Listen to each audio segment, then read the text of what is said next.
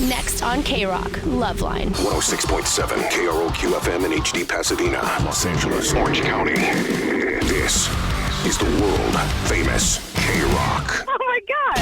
How do you want me to say it? Next on KROQ, Loveline. Loveline. Call 833-LOVE-191. KROQ's Loveline show. Next on KROQ, Loveline. Loveline. Call Loveline. 833-LOVE-191. KROQ Radio is involved. Loveline. Loveline. KROQ, the radio station that promoted Loveline. Welcome to Loveline. Loveline is meant for an adult audience. Loveline may contain sexually oriented content. Listener discretion is advised. Are you ready? Then brace yourself. This is Loveline with Kevan Kenney and Dr. Tara. Call or text 833-LOVE-191. Loveline is on now. You know, my favorite part of that intro isn't how many times they say Loveline. It isn't even how many times they say KROQ. It's the disclaimer that runs that says, Loveline may contain sexual material. That's like saying Muggs may be late for work tomorrow. How dare you? It is Kevan Kenney. Dr. Tara's in the house. Woo! Say hello, Dr. Tara, so they know I'm a lion. Hello. There you are. Episode 3. Producer Muggs is here. Yo! And we're going to get down to the nitty-gritty. You already got some good callers, I heard, Muggs? Yep, got a couple lined up. Woo! Yep. Episode 3. Can you believe we're here? No, I didn't think it would last episode 1. I know. I mean, we, Tara, do you have any stats on third dates? What are the likelihoods of third dates in today's polluted dating pool? People have sex after the third date. Man. 6, so that means we're going to have sex after this. I was going to say, I'm still not laid, and this is the third episode. What the hell's going on, people? It wasn't a part of the contract. Muggs, give out the phone number for those that want to get involved. 1-833-LOVE-191. Oh, that's amazing. You know what that feels like? Honestly, I really mean this from the bottom of my heart. It's like I have 3 beautiful dogs at home. It's when I teach them a new trick, and then they do it, and I go paw, and they do paw on the first trick. That's amazing. Thank you. That you did that. That's awesome, Muggs. Appreciate it. And you know what? I think everyone kind of performs better at work. I don't know if there's any research backing this up, but just, you know, a little inkling that I've seen in other people is when they're getting laid and when they're happy and when they're in love and when their relationships are in line and their personal life is going well, they do a better job at work. And I think maybe Muggs... Yeah. Maybe what you're going through right now, as unlikely as it was, as likely as it's been, as unexpected as it is to say this, I could have never seen you in the type of relationship you're in right now, and I've known you for a while. I know the types of women you've been with, and I'm not saying that in a disparaging way. Yeah, but, you know, are. No. There's just, it's like... There's a profile to a woman, and we've talked about it if you want to go back. If this is your first Loveline episode you're listening to, episode 1, we dive into Muggs' past love life of, everybody from, women that abuse the bottle and also to cannibalism. So you've really covered it. Run the gamut. You run the gamut. But never have I ever seen Muggs in the type of romantic relationship that this man is in right now, and it is of the sugar mama variety. And this is something that I am desperately, I'm happy for you, but that's sort of short-lived. That's sort of the near-term reaction, Muggs. I am more so concerned because I've never been in a sugar mama relationship. I've never been a sugar daddy to anyone, and I've had an aversion to the concept, and this is why, is because I think that we've heard from callers, I believe, where these expectations are created when money is exchanged, right? Mm-hmm. Dr. Tara here, the leading sex expert, if you're new to Loveline, she's the leading sex expert of this generation, absolutely massive. Love Bites on social. Mm-hmm. Where can people find you, Tara? LUVBITES.co, lovebites.co. You sound like Gwen Stefani just there spelling bananas, didn't you? LUVBITES.co. Exactly. Listen to Muggs. Yeah. As if my joke wasn't enough. We needed that. No, but you're this leading expert, Tara, and you've shared data before about maybe the downsides of what people expect on dates when money is exchanged and how the expectation of sex, it goes up when people spend money, right? So if you're having dinner on a date, you're more likely to get laid, and I hate to put that out there because now every guy's going to take a girl out to dinner, but it is true. You're probably more likely to get laid off of dinner than you are coffee, and especially off of walks, as Dr. Tara has mentioned. And so I worry about Muggs here because sometimes I feel like things don't occur to Muggs, and so he's accepting all these gifts from this woman, and they're not just like little gifts. What they are is like he'll post on social media, and it's so funny because he'll supposed to be like he'll like. I'm expecting him to be at work, right? I host the night show on KROQ, and he's supposed to be there helping produce my night show. And then I'll go on social media, and I'll go, oh, where is he? Maybe he's out in the parking lot. And he's at a Dodgers game, and he's not just at a Dodgers game. He's at a Dodgers game on the first baseline, and he's like just feet from Shohei Ohtani. And I'm going, Muggs has the money for that? And he goes, no. My sugar mama, she got him for me. So that the first time it happened, I go, that's nice. Maybe she got him through work or something. That always happens in LA, right? Somebody knows somebody. And then Muggs went to a football game, a Thursday night football game, Vikings versus Rams at SoFi. And again, these were amazing seats. This was like I know you're not huge into sports, but this was a highly sought after game. And I said, how did you get to that game? It was a sugar mama. So Muggs, what is going on with this whole sugar mama thing? First of all, Kevin, I don't refer to her as a sugar mama in conversation. You can refer to her whatever you want. Yeah, I know. But, okay, so it's a woman I'm seeing, and she has a very good job. Mm-hmm. And these seats to these sporting events are through her work. So technically, she's not shelling out any dough. Okay, but she's still providing you the resources. Like, don't you think she is sort of like breadwinner? Obviously, wouldn't be the correct term, but basically, she is the provider. Thank you, Dr. Tara. She is the provider in this dynamic. And don't you think that the more she provides for you, she's going to expect something? I don't know her. I don't know what that's going to be, but does that worry you at all with this sugar mama dynamic you've got going on? Whether or not you want to call her that, that's your prerogative. No, I mean, I do reciprocate. So if I do get invited to one of these games, I make sure that I'm buying the drinks or I'm buying the food, which is almost probably the same price at the end as a ticket. I think it's pretty 50-50. Okay. So I don't consider this like me just taking and accepting gifts. I totally thought that Muggs was a sugar baby. Well, you don't think he is a little bit? He has sugar baby potential. Okay, but no, he does. And I mean, boy, if this guy emphasis on baby. I offered, just for context, if you're listening to Loveline and you're new to sort of the voices you're hearing, Muggs is a guy that I've worked with at KROQ, and he's produced my show on and off for about 2.5 years. And maybe 18 months ago, one night, I was just feeling generous, and I said, hey, man, I'm going to go to the vending machine on the 3rd floor here at KROQ. Would you like anything? And so he's like, yeah, man. And so he's really grateful, right? And every single night for the past 18 months since that night, he has asked me if we can go to the vending machine. So the guy loves a great handout, right? Like, you know, like when I go, I took him to Ralph's one time and I got him his sushi he likes from Ralph's grocery store. And then it's like every week, once a week, hey man, you thinking about, what are you doing? And I'm like, nothing. He's like, you thinking about going to Ralph's? So he likes this guy loves a good deal.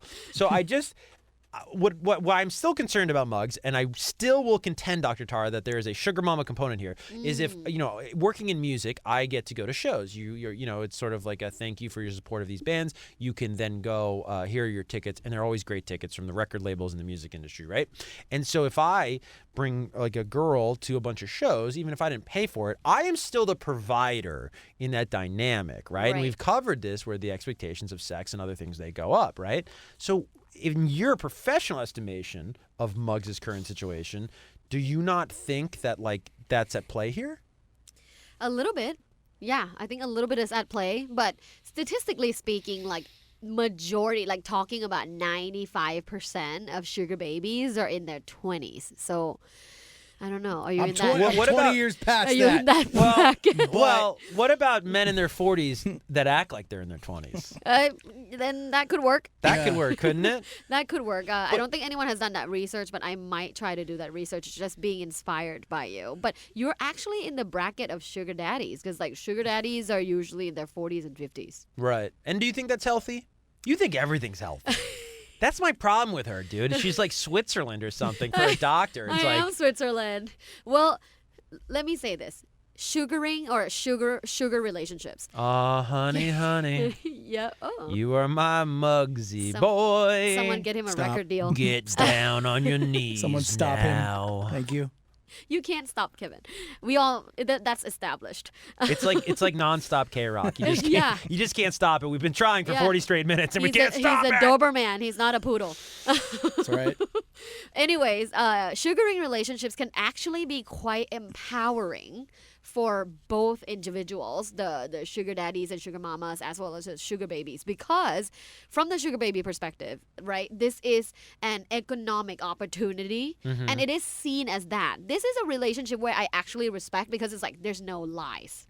Well, that's a It's great like- point you make. Yeah. Because it's like maybe most relationships are like that. I've never is. been a guy, and you can probably, Tara is great at sort of like making me realize things about myself. And I think I'm a weird cat where like I like learning about myself and being like, oh man, I'm even more messed up. What is that, right? It's therapy. Yeah, but I like it. It's like I don't run from it. I kind of like get off on it. Like, wow, I Ooh. learn more about myself, and tell me how I'm messed up. Anyways, what I'm saying is like I think most dynamics are of that whether it's an official relationship or not. I think guys like showering girls with like stuff, right? They like showing Yeah. off. I've never been that way though. Like I've always just been like, let's get a drink, see if we like each other, and then it's kind of casual, and that's that's probably why I casually dated the majority of my life.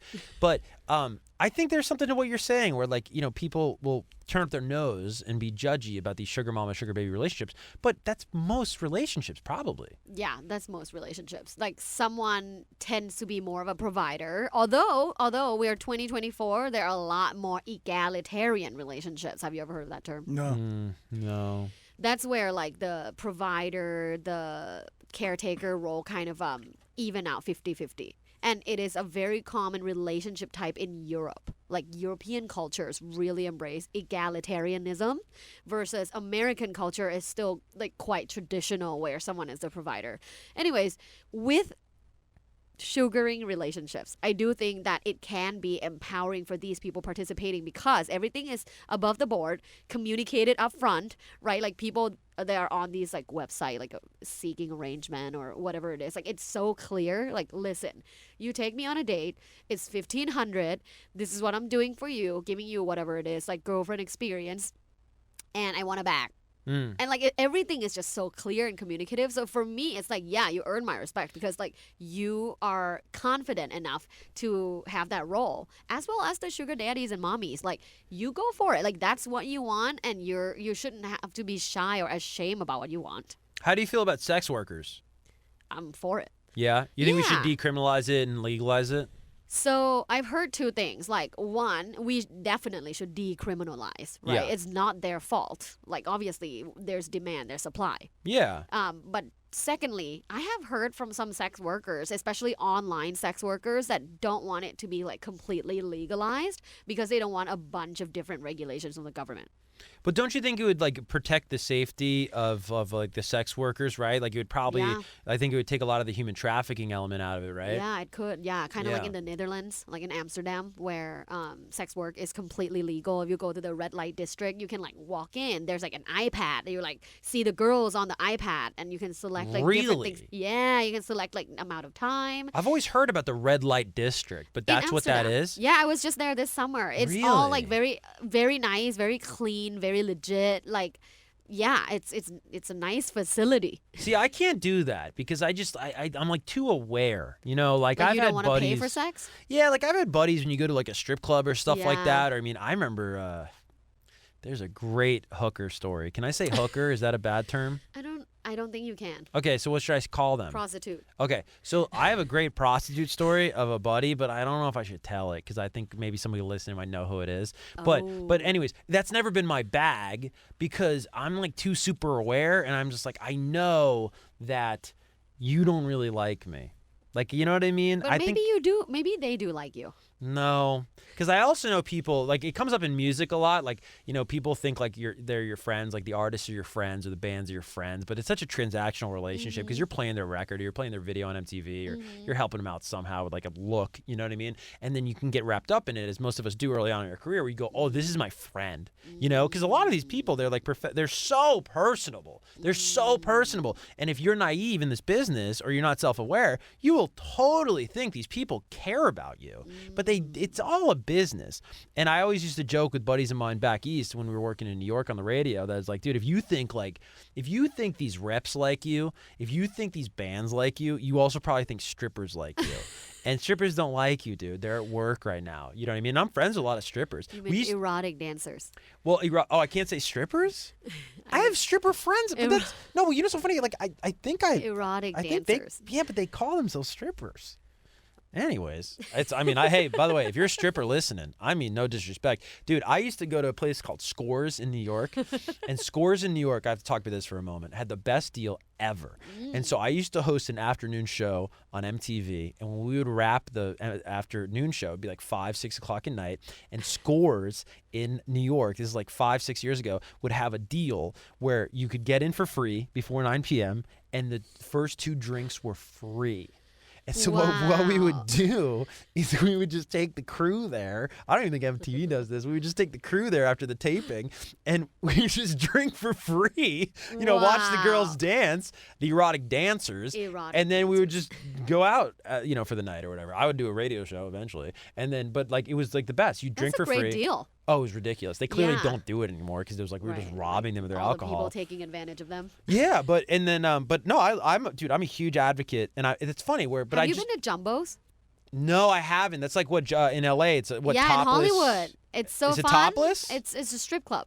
I heard about a place. I won't name it because I don't want to disparage the business. But there's a place in the greater Los Angeles area that markets themselves as a topless sports bar, and I said this has to be the coolest idea ever, bro. Like just jumbotrons, the games are on. I can watch. I can eat my chicken wings, and then like the bartender. Naked girls. That's like the best. That's like my dream, dude. So then me and my buddy go one day, and we turn onto the street, and there's something where if you're like a strip club aficionado or a gentleman's club aficionado, you can just like smell it. You can just like you turn on the street and you go, there's train tracks right there.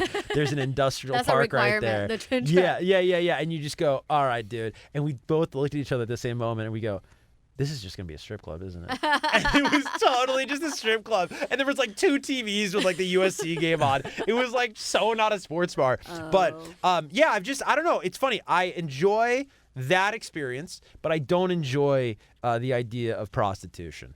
I don't know. But some guys, I think it's to each their own. No, of course it is. Of course it is. But Muggs is being silent because he's like, I don't want. If my favorite prostitutes are listening, I don't want them to. I'm just trying to get over the fact that the strippers don't love me. Yeah. Oh, yeah. You're still processing that. Yeah. Muggs is that kind of guy who would be like, no, dude. Look, I go when she's not working, dude. You know what I mean? Muggs. Man, there's so much to unpack. There really is. We need to do the holiday specials, just like me therapizing Muggs. Well, let me ask you this because I'm getting word here. Thanks for passing this over to me, Muggs, who's working the phone lines. I mean, he really does do a lot behind the scenes here. Anyways, there's a woman. Is this right? Ashley from South LA, Muggs. You're talking to on the phone line. She's cheated on her partner and doesn't know whether or not to tell them. Now, let me ask you this before we get to this. We do have to take a break momentarily on Loveline. But Tara, would you be more upset if your partner cheated on you with a, like, let's call him a hired gun, like an erotic dancer or a sex worker, or if it was a civilian? Civilian. Okay. Yeah. And then Muggs, when you've cheated on your girlfriends, is it typically with? I don't. Because sex worker is transactional, like you said. Right. So then there's like no emotions no emotions involved, no like romantic desires for the future. It's transactional. It's for sexual gratification. It's just like masturbating to me. So like, yay for sex workers. Okay, right on. And we do know that Tara loves to masturbate. We'll be back on Loveline in a few minutes. After Loveline, the craziest question. What's the craziest question you've ever gotten on Loveline? Loveline with Kevan Kenney and Dr. Tara. We'll be right back. Back to Loveline with Kevan Kenney and Dr. Tara. Call or text 833-LOVE-191. You ready to get kinky? KROQ. It is Kevan Kenney on the world-famous KROQ. This is Loveline with Dr. Tara and, me. Hi, Kevin, once again. Producer Muggs is in the house. Unfortunately, we did not give him the job. The job was given to him. We have a caller on the line right now, and Muggs tells us it's Ashley from South LA. And, oh boy, Ashley sounds like a terrible person. Listen to this. I cheated on my partner, and I don't know whether or not to tell them. I guess let's start with this, Ashley. Are you there? Yes, I'm here. So you told Muggs here, the producer, when you're on hold, that you're from South L.A. I noticed this with people who call the radio station KROQ, and they always say South L.A., and I feel like it's very vague. And it's like, to me, I grew up in New Jersey, you would just say the town, and even people here in California say the town. So why did you say South L.A.? I just want to keep it really as vague as possible. Okay. Now, this isn't Ashley Madison, is it? No. Okay. You just have a lot. You just have a Your lot. girlfriend? No, I mean, you just have a lot in common with that website. All right. So you cheated on your partner. How did that happen? Let's just start there before we even get into whether you should tell them or not. Okay. So I went out with some girlfriends out to the bar, and my old past life, I used to be a flight attendant, and I ran into an old pilot friend of mine. And, I had a couple of drinks, and one thing led to another, and him and I left, and, we ended up hooking up. Took flight. It's really funny. Like a lot of when you have bored human beings living a shared, boring, isolating experience, sex is just due to abound. I think about kids that go to these colleges in like Rochester, New York, or these places where what else are you gonna do but drink and, party and what's fornicate? You got to figure out these creative words. Gainesville, Florida.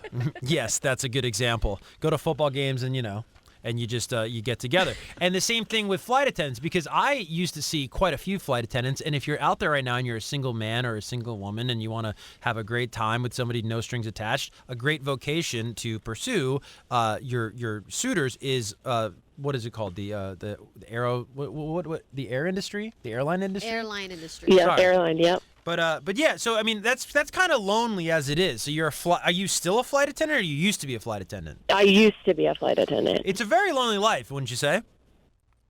Being a flight? No, it was actually not. No. But okay, why did you fill your time with just like a bunch of sex, or how did you fill your time? You're in a different city every day. Traveling. I was traveling all the time, and I was with friends and. But it's like having bands. a great time. It's like I'm friends with bands. I work in the music industry. When you're on tour, you're not really in that city. People go, "Oh, that's so glamorous. They're in Rome. They're playing a show in Rome." You're not actually in Rome. You're on a bus. You're getting shoveled into an arena or a venue. You're doing this show, and then you're getting shoveled to the next place. And so that's kind of what it's like to be a flight attendant, though. Well, not necessarily, because I was with my flight crew on the whole trip, and we would just all hang out together. Let me ask you this, Ashley. How many serious boyfriends did you have while you were a flight attendant? About 2. Okay, and how long were you a flight attendant? 10 years. Okay, so you had 2 serious, and then was there a big space in between that time, or did you date both for about 5 years? One was about 2 years. The other one was 5 years. So I had some time where I was single. Okay, so did either of those people ever cheat on you? And you can be honest. Not that I'm aware of. Okay, so then what do you think drove you to cheat? Just nostalgia? I mean, you're clearly missing something that you're shacking up with this former pilot friend of yours. Honestly, it's probably the alcohol. Oh, is that a real excuse, Dr. Tara? Is that a real excuse, or is that a cop-out? Because I've allegedly been cheated on, and I say alleged because she never admitted to it, but there's a lot of bad evidence indicating that she may have cheated on me, and she claims she blacked out.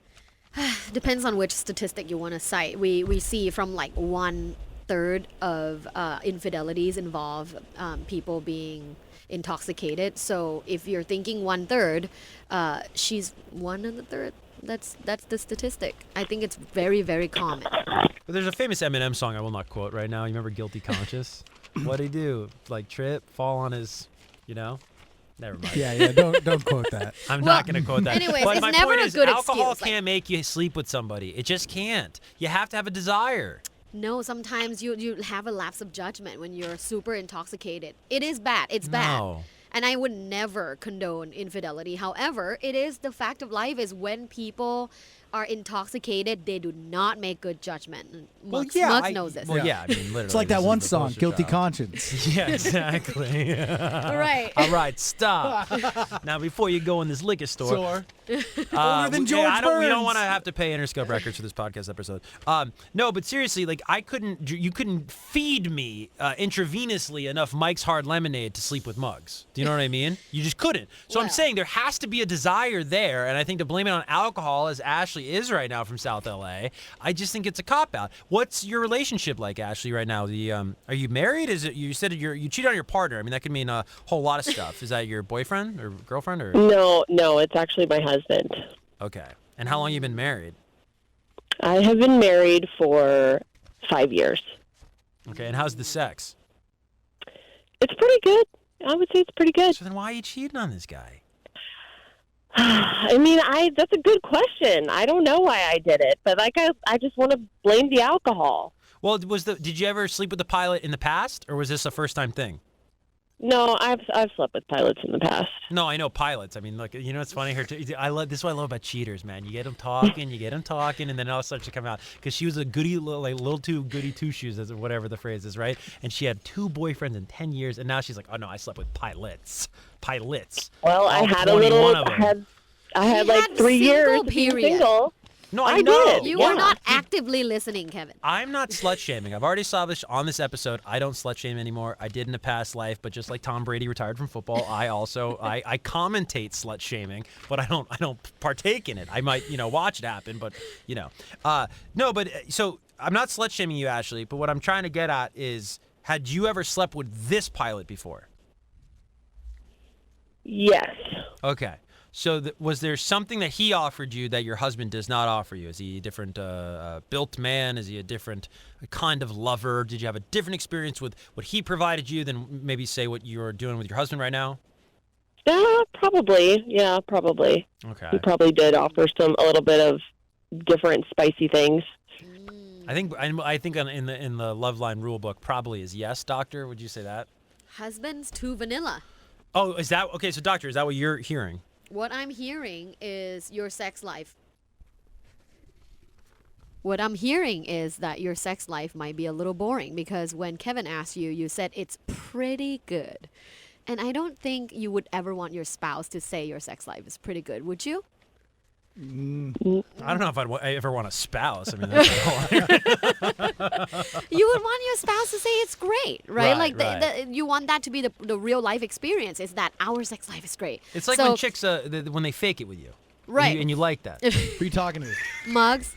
No, that's not. Muggs looks like he's an empathetic, generous lover. By the way. No, yeah. Muggs will I can't Muggs tell will you. go down on you forever. I can't all day. I can't tell you how many times he has unsolicited, volunteered that information about him. I know that about him. What? You know how many times I've probably known him like for real now, like maybe 2 years, 2.5 years we've worked together. What are we talking about? How much you enjoy going down on women. Why would I know that? Why should I know that? I have no reason to. It's not actionable information. I can't use that. It's not useful. And yet I know this, and I know it on multiple occasions. He has volunteered this information, again, without a solicitation. So no, I make light of Muggs, but I'm sure he pleases again he's a everyone. Generous lover. He's like you know how they have the Golden Bachelor? Yeah. So he's like the drunken bachelor or they have like Real Housewives of Orange County. Yeah. He's like the real bachelor of ABC Ventura call Boulevard. Muggs. Yeah.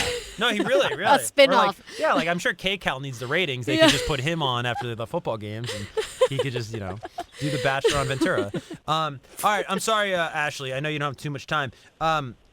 But I think there's clearly problems, wouldn't you say, Dr. Tara, in this relationship? Right. I mean, if you're cheating. There is. So whenever infidelity is involved, it's always 100% always more than sex. It's never just about sex. Right. It's about something else. And I would encourage you to perhaps go see a couples counselor, like couples therapy, and talk through like what are some of the pain points in this relationship, because there definitely are certain parts of this relationship that you're not loving, and that's why when you were intoxicated you went, you know what, I'm just gonna have sex with this guy because he's here available and sex is hot. So something's wrong. I encourage you to investigate. I do not think you should go to couples therapy. I think if you go to couples therapy, it is over. No, it's not. It is over. That is not No. true. That is If not you have true. to go And to the just statistics. break up. Okay, just listen to science. Don't listen to Kevin. Yes. The statistics show that couples therapy does work. It does not work on couples who cannot have an actual conversation, but that just means that that's like that individual's problem. Like if you can't have a conversation and take feedback, then that's your problem, not the relationship's problem. So 100% go see a couples counselor. Okay. All right. Yeah. Ashley, Will thanks. do. We know you got to go, so thanks for calling in, Ashley. Thank you. Are there any statistics, Dr. Tara, about couples therapy? Because I'm being really honest. If you have to get to that point, right, where you have to now invite a professional to mediate your relationship, I mean, it is so akin to divorce. It is so just next to that and tangential to how bad that is of divorce mediators. Is there actual statistical research that couples therapy works? Yeah. Really? Works, yeah. Not everybody, obviously, right? Like when we talk about couples therapy, okay, first off, couples therapy doesn't mean you're on a brink of a divorce. Some people go proactively, kind of like taking supplements. What supplements are you taking? A lot. I'm taking creatine right now. There you go. Yeah. There you go. Which you told me is great. Yes. Any sexual benefits to creatine? Yeah. Like what? Like better memory, so a better memory of erogenous zones. So when I have the second date with the one night stand, I go, oh, that's right, Jennifer. Yeah. Yeah. Okay. Oh God. This is workplace. But yeah, going back to couples therapy, people do go as a proactive act and not just like when they have issues, right? So when you look at statistics, like people go, they have a more fulfilling relationship, and that's the reality of most people. However, there are people who are just terrible individuals in general, go fight in front of the couples therapist and end up divorcing anyways. So, but that's a smaller statistic. So yeah, it's good for you. Speaking of statistics, if you're listening right now and your significant other wants you to couples therapy, just break up. That's my 2 cents. But I have a question. Because a lot of idiots, they shack up together, right? And then they eventually have to go to couples therapy because they're idiots and they should have never been together in the first place. And the scary part is they have kids. Well, that is terrifying. But I'm curious. Do you know any stats or any research, Doctor Tara? What is like the number one reason or the mistake people make where they why do they shack up with the wrong person? Is there like a prevailing? I know that's such a broad and abstract question, but I'm just curious of because I just feel like people are doing this. I'm at an age now where all my peers that I went to high school with, I was just joking with a buddy of mine on the phone that isn't it amazing how what's the rarest thing in the world? The rarest thing in the world when it comes to love is to find your soulmate. Right? I mean, how lucky would we all be if we found our soulmate? And then it's so interesting because at around 30 years old, everyone you went to high school with finds their soulmate. Isn't that interesting? And then like in 15 years, they all lose their soulmate. But it's really interesting. Not all of them. Well, statistically Only half. Yeah. Yeah, exactly. But why do is there like a prevailing reason why people do this? What is the thing we get wrong where we shack up with the wrong person? There's a theory called similarities attract. So we are attracted to people who have similar qualities and characteristics to us. Wait, I thought therefore, Paul Abdul said opposites attract. I wouldn't trust Paul Abdul. Okay, hold on. Don't trust Write Paul it down. Abdul. Yeah, Okay. that's Professor Tara 101. Okay. What about the cartoon cat in that music? Trust the cat. Trust the cat. Yeah, that Muggs sounds, actually went out for that that role. sounds Did you know credible. that? Cats? Yeah, there was a Paul Abdul music video. Cats, the musical? The musical, yeah. With Taylor Swift? Yeah, he was the gutter cat. In the trash? In the trash can. Looking for sex. Yeah. But yeah, so similarities attract. So if you're unhealthy, low self-esteem, insecure, you may attract the same people. But when you're healthy, secure, and mature, you attract the same energy. So yeah, basically personal development, self-improvement, self-growth, because you will attract what is basically a mirror to you. And to answer your question exactly is when you say, why are these people finding each other? This theory explains it. Yeah, it's like that book that you're always reading, that Oprah book, The Secret, where it's kind of like, whatever you're attracted to or something. I didn't know you were into that book. No, I'm into you get a car and you get a car. And... Sorry. Free stuff. I don't think Muggs took his funny pills today. I don't know what's going on. Yeah, it's just all very fascinating to me just how poorly people pick their partners, Dr. Tara. We are going to take a break on Loveline. When we come back, we've got red flags that you don't need. We're going to identify some red flags, both scientific and I guess you could say inexact from my findings. And that's coming up next on Loveline. Loveline will be right back. Loveline on KROQ. No one else can find the trouble so quickly or repair it so economically. Loveline's coming right back. Hang on. KROQ. Rory, come on. KROQ. You need guidance. I'm calling Loveline. I'm calling Loveline. Loveline on KROQ. These red flags we don't need. These red flags we don't need. These red flags we don't need. These red flags are what we don't need. These red flags are what we don't need. Look at that. Muggs, how's that one go? These red flags you don't need. Can you tell who the lead singer of that song is? Yeah, it's Bon Scott. What's his name? Yeah, there you go. That Wow. name. Maybe think out the jokes before you say them on the air. It is Kevan Kenney, Dr. Tara, Loveline on KROQ, producer Muggs, begrudgingly here. And as you just heard in that little ditty that, or you can't even say ditty anymore. No, That's you another can't. thing we can't say. No, it's Ditty. very sensitive, especially towards Gen Zs. Yes, You're yeah, like, yeah. That's a triggering word. Or people who run baby oil companies. Anyways, red flags are I think it's an interesting concept because there's two kinds of red flags in my estimation. There's the professionally researched backed red flags that have science supporting the fact that you should avoid this type of behavior in people, suitors, potential partners. And then there's the intangible, sort of like maybe street red flags that you might see and they're intangible, but they are red flags and they are things that you should avoid even if medical science doesn't support it as much as maybe what Dr. Tara is about to say. So what are some red flags, Dr. Tara? Yeah, there are quite a few behavioral red flags that are obvious red flags without any excuses, right? Because sometimes I share these things and people are like, well, it depends. I'm like, no, it does not depend. It never depends, right? It's a red flag. Number one, if someone love bombs you at the beginning, that is a huge predictor of an unsuccessful relationship. Define love bombing, though, because there are a lot of popular phrases, many of which have been hurled at Muggs over here in the dating scene, and relayed to me, and some fair, and some I don't think are fair. And I think whenever you get these buzz terms, especially if you know it's like a power move to call someone that, they get abused a little bit. Okay. So what is love bombing? I can see that. Love bombing is excessive affectionate behavior that is unjustified. So give me an let's say example. First date, like showing up at someone's house unexpectedly, bringing 500 roses and then saying I love you like the first 30 minutes of being in a date. That's so love kind of like bombing. what Muggs did with the Orlando girl, where he got her a bouquet of flowers and invited her to a Tool concert. And how many times did you ever meet her? Only because she love bombed me first, Kevin.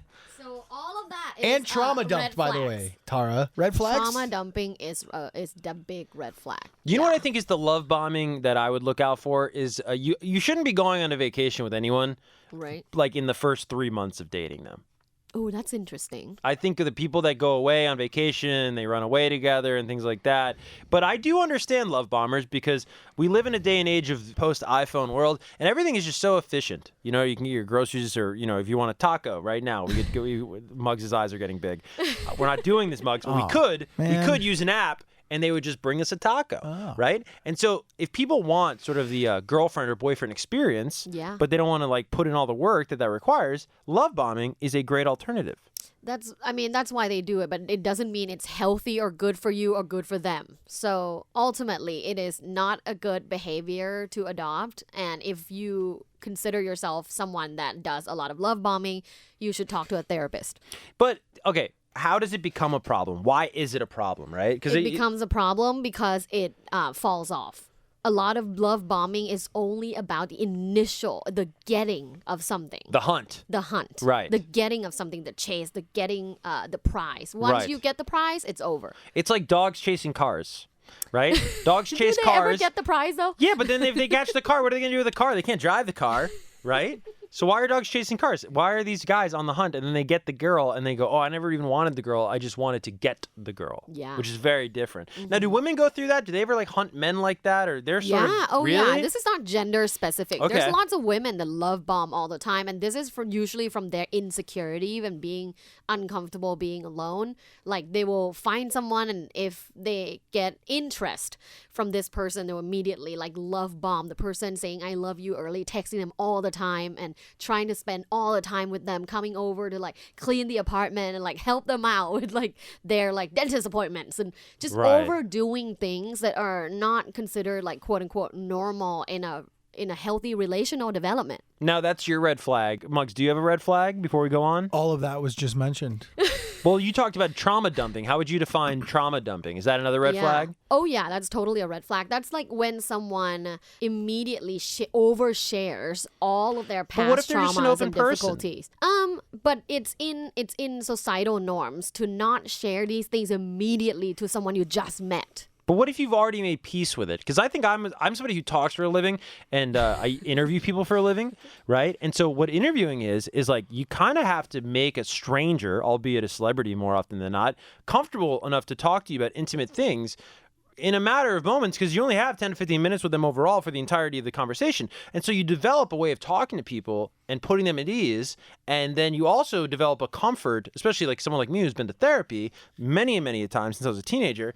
I could see me being falsely accused maybe of trauma dumping as you defined it, because I'm just open about stuff and I'm comfortable with myself and I'll just talk about, messed up stuff pretty early on. Absolutely not. Not the same. That's not the same? The So way what am I that you I'm not would understanding. describe like your previous experience and what you have overcome Yeah. is your life story in your past. Totally fine. Trauma dumping is when you excessively overshare all of the past traumas that you've had early on when you meet someone. So let's say you do meet a musician that you meet in 15 minutes and you try to get them comfortable and share something very intimate, right? They're not going to be trauma dumping on you. They're not going to talk about the difficult times they have with their moms and like how their dad But sometimes it does go there. Does it? Yeah, I remember talking to Flea one time about how mean Anthony Kiedis was to him. And he Yeah. got visibly uncomfortable reflecting on it. It was in his book, so I thought it was fair game to bring up.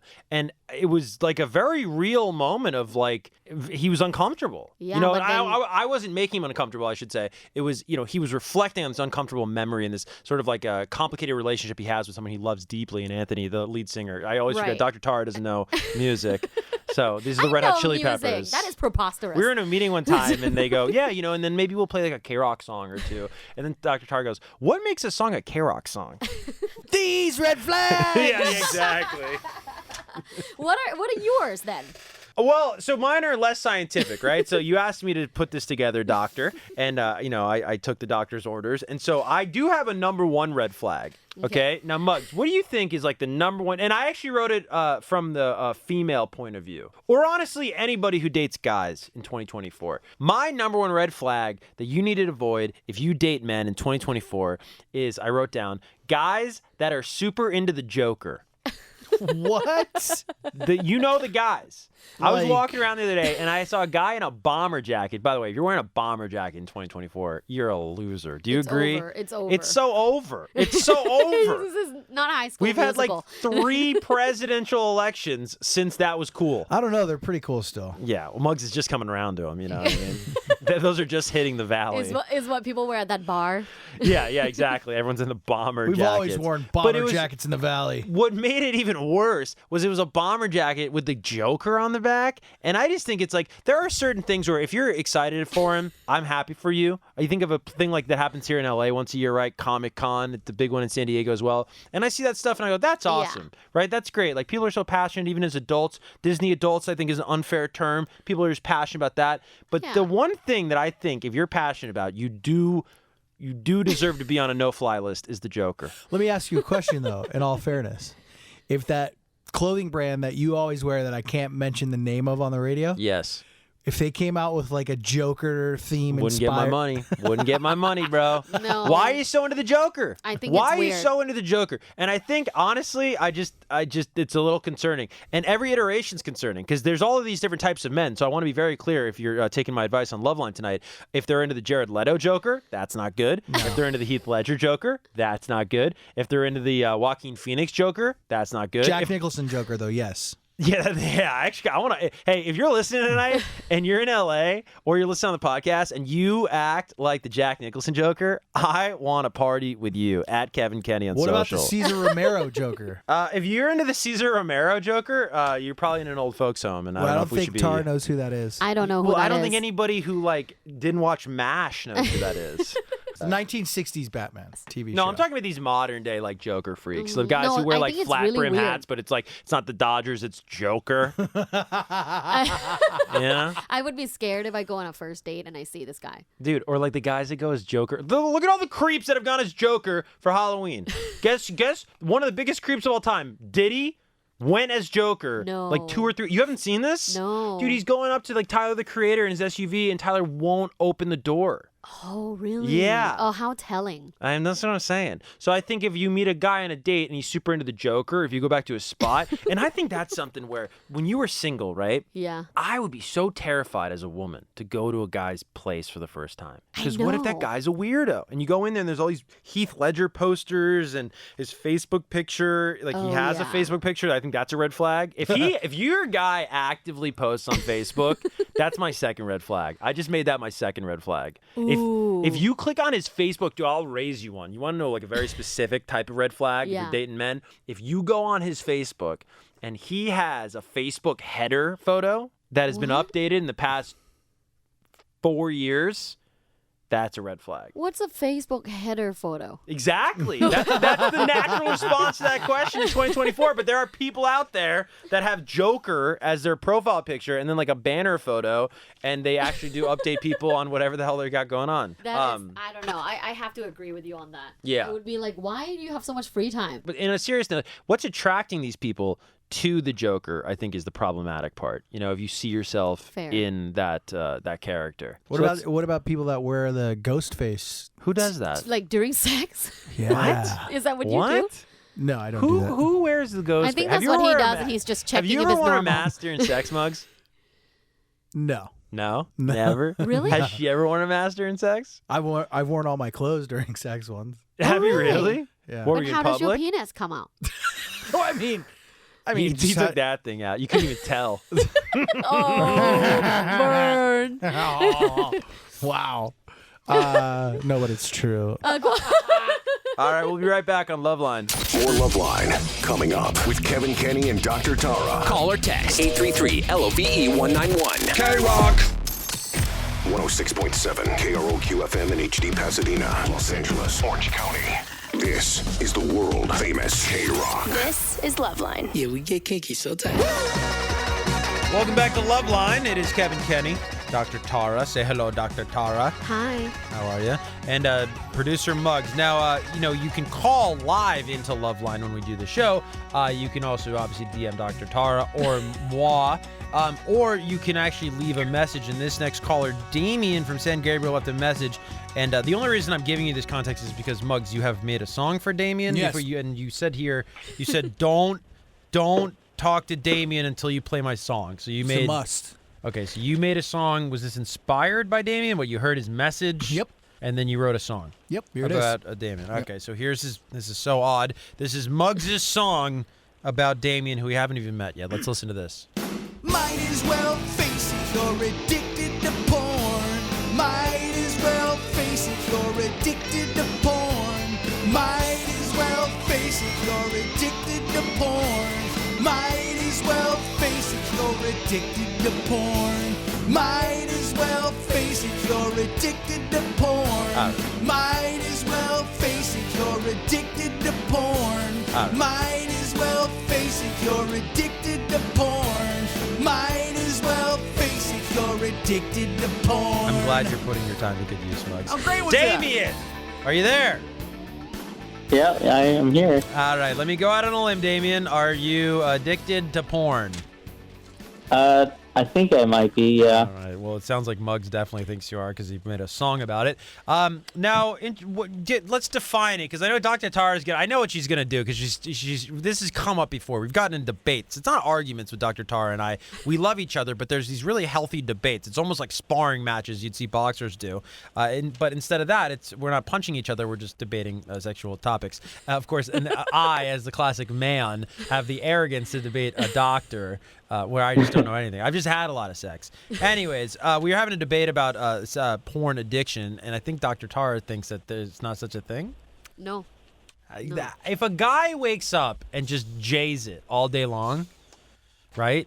And like he doesn't go outside, and he can't connect with women. He can't get hard with women.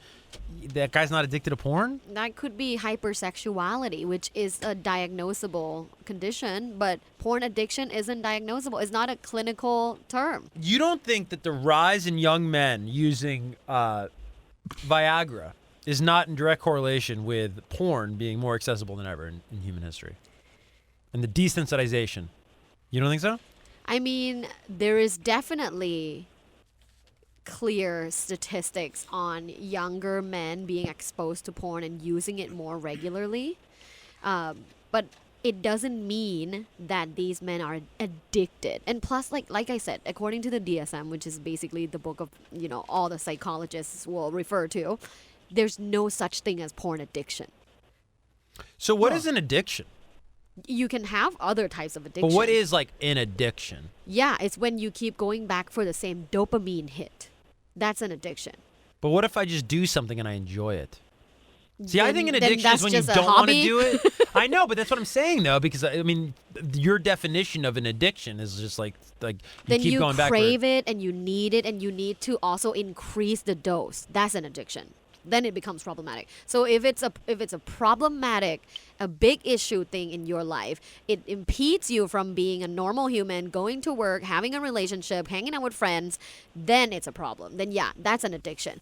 But if you just enjoy these things here and there and it does not in any way negatively affect your life, it's not a bad thing. Wait, this is a very serious question. Is there not a medical definition of addiction? Is it kind of arbitrary? Not porn addiction. No, addiction though. Addiction there is. Okay, what is that term? Not to put you on the spot if you have to look it up. Right, but well, I would have to look it Okay. up if you want verbatim, but it's technically a dopamine hit where there is a thing that you keep going back to and you need to consistently, frequently increase the dose. That is an addiction. Like, what about the guy I went to high school with that still lives at home and he's back home and he's never really had a job, but he posts on Facebook a lot. I see him update people that he's addicted to winning. Is that an addiction? No. Okay. I think he deals drugs. You know that guy? Degenerate gambler? Yeah, I think he deals drugs.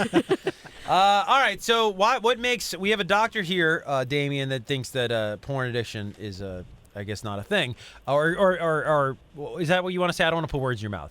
He could have hypersexuality. That's a term. Is the addiction in the eye of the addict? Yes. That's So interesting. So let's ask him how many times are you how do you define addiction? You're like dirty talking this guy. You're having phone sex with this guy. How many times do you touch yourself? What made you first start to think that you might have a porn addiction, Damien? Right. Let's start there before she's trying to come on to you. I'm thinking that I probably have a porn addiction because I have to, in order to, I feel like function as a human, I need it 4 to 5 times a day just to function. Well, when did it get to 4 or 5 times a day? Was it like a gradual thing? Yeah, it was gradual. Before it was, once, when you're younger, and then you have more free time, or you're home alone, and then it's like 3 times, 4 times, and now it has to be every day, like 4 to 5 times a day. Well, I think you make a good point there, and you're I appreciate your self-awareness and you're being so transparent with the issue, because you mentioned something there about being home alone. And again, I will once again challenge the resident doctor of Loveline, Dr. Tara, that you do not think there is any correlation in the rise of these male enhancement or erectile dysfunction pills, right, over the past 3 to 4 years, correlating at all with a complete pivot in American society and lifestyle of work-from-home culture, where a bunch of men are at home, not interacting, not socializing with the opposite sex, if that's who they are attracted to, or attracted to anybody. And they're at home, they're by themselves, they're watching pornography in levels and numbers. Like, I mean, for if you were like a law-abiding citizen there for a little while in most states, you couldn't go outside. Right. You couldn't go on dates, right? And so you probably developed a habit of pornography, and you don't see it all, like the desensitization of mass porn consumption. Oh yeah, I see leading that. to young men being so desensitized by touch, because I think the psychology of porn is completely different than the psychology of sex. Right. Because you're totally in control. Right. You don't have anyone else to think about. Mm-hmm. You're typically in like a dark room, or just like, I don't know, just like a room by yourself, right? And that is so different. Dark room. Well, you know what I mean. Is that a prerequisite for you? Turn all the lights off. I do like a dim light. But no, I just think it's totally connected, dude. I think it's totally connected. I think a lot of guys are suffering from it. And like, I just think it's tough then to transition if that's how your predominant sexual activity. That is not batting practice to taking live pitches. You know what I mean? Which is even different, to use a baseball analogy. That is like, that is a different ball game entirely. I mean, that's like fielding punts and then trying to like throw a fastball or something. You're trying to strike out Shohei Ohtani. Like it's just very different. Yeah. Well, and if you watch a lot of porn too, you become very, very nervous having sex in real life. You do? Oh yeah, because you build up this sexual script of what it must look like, what it should look like for it to be successful. Yeah. And so now you're going to be very nervous whether or not you can have that kind of performance. So to go back to porn addiction or watching a lot of porn, there is such thing as overconsumption of porn. And there is such thing as desensitization, for sure. And there is such thing as problematic use of porn. However, shaming people has never actually worked into helping them quit porn, believe it or not. There's research on, like, should we use shaming strategies? Should we make them feel bad about what they're doing? And none of those strategies work. People can't be shamed into quit watching porn. You know who probably loves that people get shamed for watching too much porn? People that make shame porn. Because all that's going to happen is if you shame somebody for watching too much porn, then they're going to develop a new kink where they want to get like shamed. They want to watch people get shamed and stuff. Yeah, probably like another profit. Yeah. But yeah, I do think in mainstream porn though that there's such thing as like overperformance and overproduction and we talked about this before, how like people could be super misguided into having unrealistic sexual expectations in real life and therefore cause them to have terrible sex life and take them a long time to overcome something like that. So is it a problem when you watch a lot of porn? And when we say a lot, he's saying 4 to 5 times a day. That's a lot. That is, the condition is overconsumption of porn. So, yeah. Damien, would you describe what you're watching as hardcore? I like to mix it up. Okay. Have you seen over time that your tastes and preferences have gotten more extreme? Yeah, and I've noticed, there's definitely something I prefer to watch more than others, and sometimes the other stuff, I can't even finish on that. I'll actually start to go soft with it. Now, do you go soft when you're active with another person? When I recently got a girlfriend, and when we first started being sexually active, it was actually difficult for me to stay hard during the time. And I mean, that's like, that can kind of very common. Well, yeah, but that law can apply to anything. Like, if you're real promiscuous, and then they talk about how the dangers of promiscuity, right? Because of pair bonding. In both genders. I know, men love to say, oh, it's a woman thing with the danger to pair bonding, but I really think it goes both ways. Mm-hmm. And I think that if you go from like 1,000,000 miles an hour, like rock stars, like how can you be a rock star and then try and do the married life? It's going to be tough, right? And the same thing with the transitioning from porn, where you're watching this stuff that's just like so crazy. Yeah. And you know what's funny too about porn? I want to tell this kind of in a vague way. Uh-oh. But I once went on a date with a porn star. And like I'm not that into porn. I was like, maybe 20 years ago when I was like a kid, I'd be like, oh yeah, like Jenna Jameson or something. You know what I mean? Yeah. But I don't know the names of the people now necessarily. Sasha Grey. Yeah, she was on Entourage though, right? Like that's like old school. Sasha Grey. Sasha Grey, yeah. Who's like the big? You probably know Muggs, right? Who's like the big porn Riley star? Reid. No, these are all old names, aren't they? Yeah. What about now? Oh, Now? Kazumi is a huge Kazumi. star. Yeah. Yeah. Kazumi. Okay, so Kazumi, or like OnlyFans, I guess, is the new porn stars. Anyways, I went on a date with a very famous porn star that I didn't realize was so famous that like wherever we went, people were like buying us drinks and stuff. And like, are you turning down the caller? Yeah, it's loud in the background. Okay. But anyways, and I couldn't believe how like famous this person was. Anyways, they were also the worst person I've ever gone on a date with. And I was so shocked. It was such a learning lesson in my life because when you're watching pornography, your brain is going, oh, this is so awesome. Like, she's like so voluptuous, or she's so attractive, or man, she's so dirty, or whatever your preference as a male is watching this porn. And you never think that, like, that's all fantasy, because if you actually talk to that person, they might be an awful person. You might have to listen to them just to go on about themselves, and it might just be like intolerable. And anyways, this person was so intolerable, and any straight guy listening right now is totally gonna feel me on this next point, is how insane this is. Is like, as a young boy, your dream is like to sleep with a porn star. Like, it's like this thing of like, wow, what a bucket list crazy, like, how crazy would that be, right? And so here you are, and I have this opportunity, and I could not stand this woman to such an extent. I literally ditched her when she went to the bathroom at a club. I was like, I don't know how to get out of here. So anyways, I think that's also a downside to watching too much pornography, is you lose sight of reality and what actually bonding with a woman looks like and feels like. Have you ever heard of halo effect? Is that the ice cream with less calories? I think. It's not bad. I tried it. Is that what you're talking about? No. What's the halo effect? It's a psychological effect where you idealize people who are, 1, attractive, Yeah. 2, intelligent, 3, I never thought she'd be intelligent. No. Not. These are not like, these are mutually exclusive. Like, it can be like an attractive person, an intelligent person, or a person of authority, and people idealize one of these people to think that they're good people, when in fact, just because you're attractive or intelligent or person of authority doesn't mean you're a good person. So you were just a victim of halo effect. I just think I wanted to have sex with a porn star.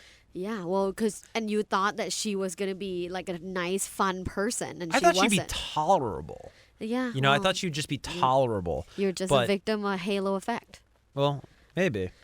You got haloed. I got haloed. Good video game, good Beyonce song, and the Good ice ice cream's not bad. Yeah, it's really not. Now where's the caller here? Okay, you have like one job. Yeah, but you're closer, dude. Okay. Come on. He doesn't want Damien, to are reach. you still there? Yeah, I'm right here. See? Sorry. See what happens? Damien, you ever think about producing a radio show? No, No, in all no, honesty. he'll be too busy watching porn. Okay, mute his mic. No, so Damien, do you need steps? Do you think on like what steps would you take? I mean, it's tough because the doctor doesn't even think this is a real addiction, but you think it is a real addiction. And let me ask you this: is it like you want to stop but you can't? Like you tell yourself like, "Yo, dude, I'm not gonna do this week," and then you're like, "Damn, no, like that girl in that video," you know? I guess after hearing what she said, I guess I'm just not aware of the term hypersexuality. I didn't even know that was possible, because even now with my girlfriend, now we have sex quite often now, so it's more me pushing her than anything. You know, I think that it might be more that, but Wait a minute. Are there steps to break it? Wait a minute. So you called in and you said you have this riddling porn addiction, and now you're saying that you sleep with your girlfriend regularly. So what's the problem? It's both. It's intercourse and it's also porn by myself. You sound like a guy having a good time. Night. You sound like you're having a blast, dude. Well, I guess maybe it's just a high sex drive. I'm not sure. Yeah, man. Yeah. Look at that. Start filming it. Wait, how old are you? Don't. Wow, how old are you? What a weird what? Why? What? Wait, hold on. Do we have a record Muggs. scratch sound effect? Wait. This guy talks about that he off all day, and then Muggs goes, "Oh, cool, man. How old are you?" Yeah, I got a van over there with free candy in it, dude. That's how you took that. No, because he said he has a high sex drive. I just want You want to know how old the guy is? Yeah. Well, why does that matter about anything? related to age and sex drive. That is a weird question to ask. Tara bro. is shaking her head in agreement. You don't Yeah. think that's odd that Muggs wants to know how old this guy is? No, From San Gabriel? No, because I mean, scientifically, if you were like, let's say, if Damien's in his 50s, like having this high of a sex drive, probably not very normal. Yeah. And that's where you're coming from? Yes, dude. Why else would I ask that? I don't know, dude. I have no idea what you asked this guy how old Either he that is. or the van. Anyways, Damien, I would keep on rocking in the free world, as Neil Young says, man. Right? No, I would say reduce the porn consumption. Okay. I'm leaving this segment on Loveline so utterly confused. I have a lot of questions for Muggs. I also I might have some questions for the cops too. But Tara, is porn addiction real? Like I said, you can be a hypersexual, and that could be a real problem in which you should talk to a sex therapist. It's very important that you seek help. I might be hypersexual though. What's the problem with that? Then, well, if it impedes life and work, then you should see a sex therapist. Oh, it doesn't do that. Does it Right. impede your life, Damien? Yeah, there's times I find myself staying up all night and going to work tired, or trying to sneak away from my partner to go have a time by myself. Oh. Oh, will you sometimes J it instead of pounding pavement? Yeah. Oh. Oh, yeah, that's a little weird, dude. I didn't realize that's what we were dealing with. That's problematic. Poor Damien. How old are you? Yeah. How old are you? How Damien? old are you, man? And what do kids your age wear these days? What do you like wearing these days? Stop. Don't say that in the background, dude. Did you say F off? No. Oh, okay. What? I wanted to make sure. Poor Damien. Well, as long as it's not getting in the... Hey, Damien, as long as it's not getting in the way of you welcoming folk to Jamrock, I think you'll be fine. Hey, that's a music joke. We're on a music station, so I got to make a music joke every 15 minutes. All right, Damien. Find a hobby. Find a hobby. Yeah, that's a good. All right. I don't like that giggle, man. He's All gonna right. go jail. And hey, Damien. No. In all seriousness, we'll end on this because we do have to go. But I will. Are you on social media, Damien? No, I'm not. Oh, okay, that's good. I was gonna say if you get a friend request from somebody named Beer Mug, just don't accept it. Okay. No playground is cool enough to meet up with Beer Mug at. Okay. Stop, dude. I just want to let you know that. All right, Damien. Good luck with stopping all the jaying. All right, thank you. I'll do my best. Keep on jaying in the free world. Oh my god. All right, poor Damien. Great tune, Muggs. Great tune. We got to lay that one down. Coming up next, we will meet Toxic Man. Have you heard about this guy, Dr. Tara? Here and there. I don't know if we're prepared for this. He might be the most toxic man of all time. He's next on Loveline. More Loveline still to come. With Kevan Kenney and Dr. Tara. Loveline on KROQ. And now, back to Loveline. Loveline with Kevan Kenney and Dr. Tara. Loveline on KROQ. It is KROQ. It is Loveline. It is Kevan Kenney and Dr. Tara still here. Thank you for being here, Dr. Tara. And during that commercial break, we just couldn't help ourselves. We got a text on the text line about ghosting. I would imagine you and I probably feel very differently about ghosting. I think ghosting is 100% okay to do because I think the majority of cases of ghosting are just people that you mean nothing to you. You didn't go through anything to meet them. You didn't risk anything to meet them. There's no emotional investment in these people, and you just saw them on an app, and then you got drinks that day, and it didn't really work out. And then that girl's gonna go around for like 2 months saying that this man ghosted her. And I think it's just all victim complex. I completely disagree with all of that. Okay, please explain. I think that ghosting behavior says a lot about the person's decency and courage. Like, if they are a decent, courageous person, they would normally confront the person or face them and then tell them the truth that there wasn't any chemistry and they're not interested in dating any further, but best of luck with everything. It's super easy to have that closure message or conversation. Why not do it? So to me, I think that behavior alone and how much you can like just discard a person is toxic. Yeah, but I don't even know how to talk to this person about anything.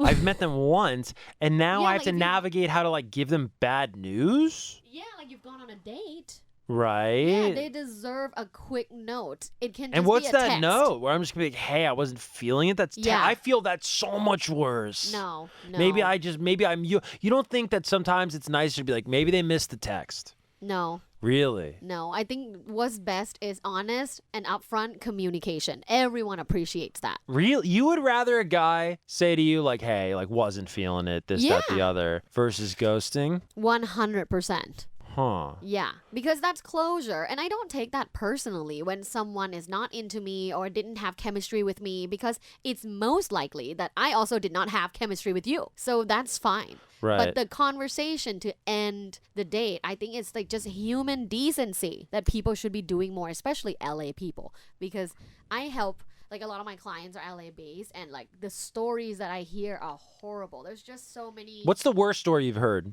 LA dating story. I don't think I can say it on. Why?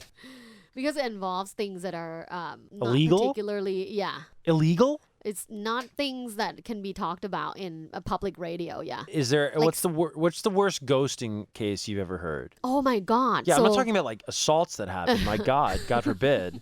Don't laugh at that. But I'm saying, know, I don't even know. I know what I'm saying is what's like the worst dating story you've heard from someone in LA? Oh yeah, so this girl, she's been dating this guy on and off for 5 years. This guy is like originally from Dubai. Okay. But after 5 years and on and off many times, right? Like break up many times, and then at the end they finally broke it off. She learned that he has a wife and a child in Dubai this whole time. Well, duh. They have been This together whole 5 on and years. off thing, dude, women fall for this stuff, and I see it all the time. This whole on and off thing. No, you're not on and off. You're just not on. You've never been on with that guy. You're definitely the side chick. You know what I mean? Like if you've been seeing a guy for 5 years and you've never met his friends and you've never met his family and you don't know where he works and you've never like gone anywhere together in public with people that he knows, you're not dating that guy. No, that's not the case though. What? They travel together. She's been to Dubai. Oh, that's bizarre. So did he Yeah. ghost her? So yeah, he like at the end when they were like having a conversation on whether or not it's like on or off, he just like completely disappeared. Oh, wow. Yeah. And what, went back to Dubai? Well, we don't know. He like completely disappeared and blocked her on everything. I would have done the same thing. Huh? What is that? What is that? Love will never come around if you see this no good clown. Here I am ruining days. Let's hear what Toxic Man has to say. You say you want your Mr. Right, but this guy starts bar fights. He'll tell you he loves you the most, but next week he's sure to ghost. I'm not looking for anything serious right now. Toxic Man? This guy's on song? That's right. And it was written by a woman while she was making me a sandwich. Oh, God, you really are in the name, huh? Toxic Man? Dr. Tar, do you know about this guy, Toxic Man? Oh yeah, I've seen some of them in the wild. Yeah, but you're really awful. A woman made you that song, you said, while she was making a sandwich? Like, that's what? Like, that's what women are supposed to do? Not only did she make me my song and my sandwich, she made me this way. You're one of those. You blame women because you're a jerk. But of course, I was really nice before I started dating women. Did you used to date guys back in the day? I'm still questioning that. All right, well, it's good to see a toxic man does some soul searching from time to time. That's good, as you sort of, and everyone has their own journey. Dr. Tara, wouldn't you say, in terms of that and orientation and whatnot? Maybe he becomes a toxic bisexual man. Oh yeah, there's always that. You need a new theme song though. It wouldn't. The melody would be different. Okay. Hey, honey, toots, sweetheart. Get to work on a new theme song now. That's terrible. That is terrible. Yeah. I bet Do you your call her own work. broad too. You look like somebody that would call a woman a broad. That's only in the bedroom, Kevin. So we're talking about ghosting, and that's when you interjected Toxic Man. I don't know if you remember, and you had said you would do the same thing. So I would assume if this is how you act, you ghost women. I am a serial ghoster, Kevin. And you have no problem with that. Not one bit. How do you sleep at night, Toxic Man? Like a baby. Like a baby? Like an infant that was just breastfed. Oh, God. Something's wrong with this man. I think a lot of things are wrong with this man. I honestly haven't found something that is right with this man. So why do you ghost these people? 'Cause it's easy. You don't have to give any explanations. You're just up, and away. And how often do you do this? Oh, pretty much every relationship I'm in. You never feel bad? Well, there was that one time while I was circling the globe, I threw her out over East Asia, but I did give her my cape to keep her warm. You don't ever think about the other person? I just told you I gave her my cape. Well, why not try and just talk it out with her? I don't know about you, Kevin, but have you ever tried to explain something to a woman? They can't comprehend it with their small pea brain. Oh, that's terrible, Toxic Man. You don't truly believe that. You're trying to be shocking. No, I am not shocking. This is my motto. Dr. Tar, what is wrong with this guy? Oh, many things. In your professional opinion? Well, yeah, number one, he is extremely insecure about himself. Says you, Dr. Tara.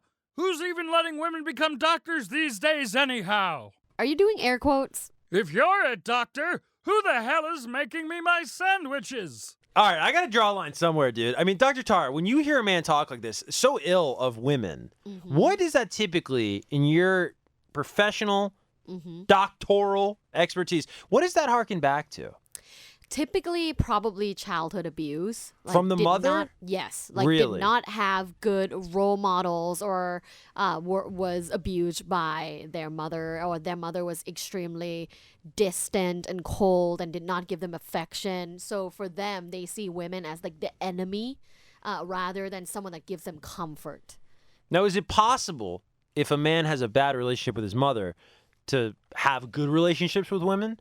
Yes, but you have to do therapy because you have to talk to a therapist about and process how difficult it is to build a relationship with a female because you did not have a good relationship with the first female in your entire existence. And does that go for men and women? Like, your relationship with the parent of the sex that you date is going to largely inform how you interact with that gender? Yes. Interesting. Now, Toxic Man, how was your childhood? My mother was a bitch.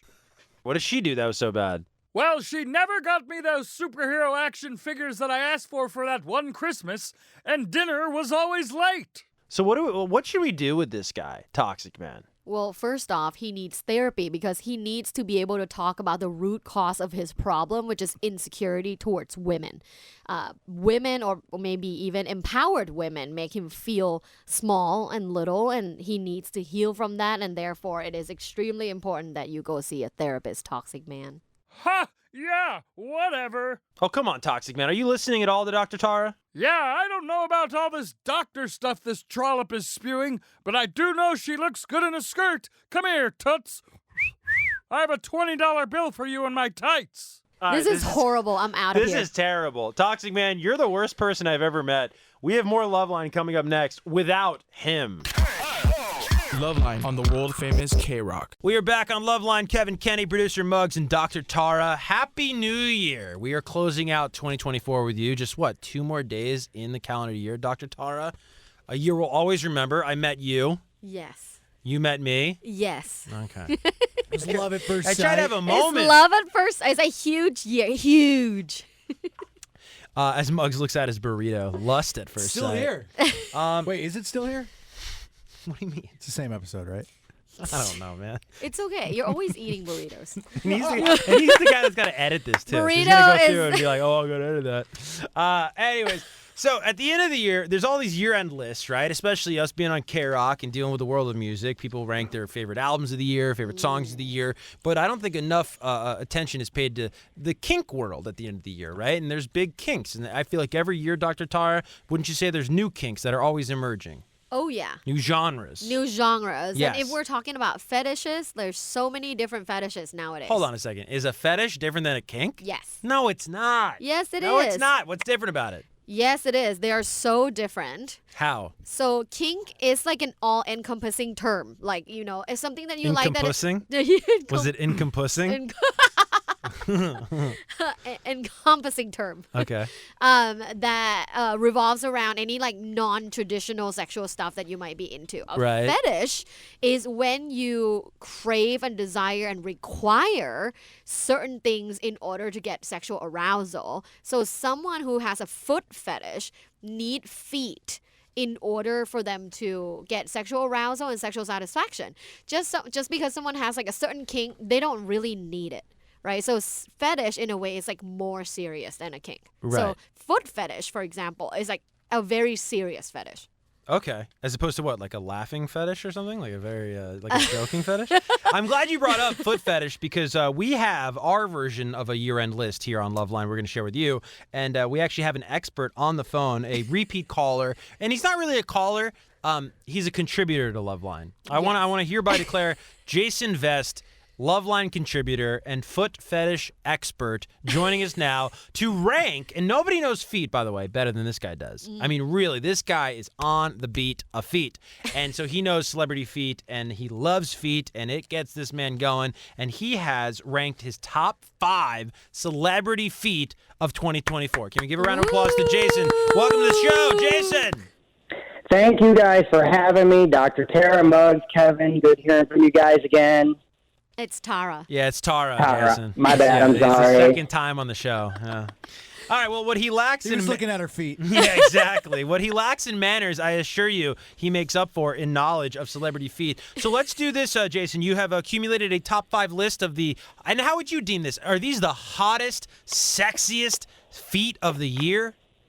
These are my 2024 picks, Kevin. These are the best of the best. I've compiled a list. I've taken the past few weeks. I put together the top toes of 2024. Now, before we get into this list, would you be so kind, maybe at the end of your top 5, would you mind sharing maybe feet to watch in 2025? Yeah, I got you, man. All right. So let's start at the bottom here, or, however you want to look at this, and count down. At number 5, Jason, who had the hottest, sexiest feet of 2024 at number 5? Number 5 on my list is Selena Gomez. Okay. How did she wind up at 5? Selena's toes are like the ultimate squad. They're perfectly in sync, always ready for a good time. Very, very cute. Her toes add a little bit of charm, flair. They have a playful spirit, and her well-groomed nails pop with color, and it's like, oh, my God, chef's kiss. Now, Jason, have you been a fan of her feet, all throughout her career? Have you watched them grow? I started following Selena actually last year, and I was like, this girl's got some toes. She got thick toes, toe structure on point. Everything is perfect. Amazing. Now, at number 4, who made the list? All right, at 4, the old lady from my gym, man. I got to be honest. She's got some of the best toes I've ever seen. I do not know this woman's name. She's 91 years old, but them toes are 21. He doesn't know her name, but he knows her age. Jason's the type of guy to go through somebody's old lady's purse at the gym, while she's busy in the sauna. And now But I'm all over the map with it, and her feet have I like a little bit of jank, too, sometimes. And the bottoms of this woman's feet are so crusty and black, she looks like she's been stomping out fires barefoot during the Civil War. I love it. It's got to be hard to get a workout in when she's walking around, huh?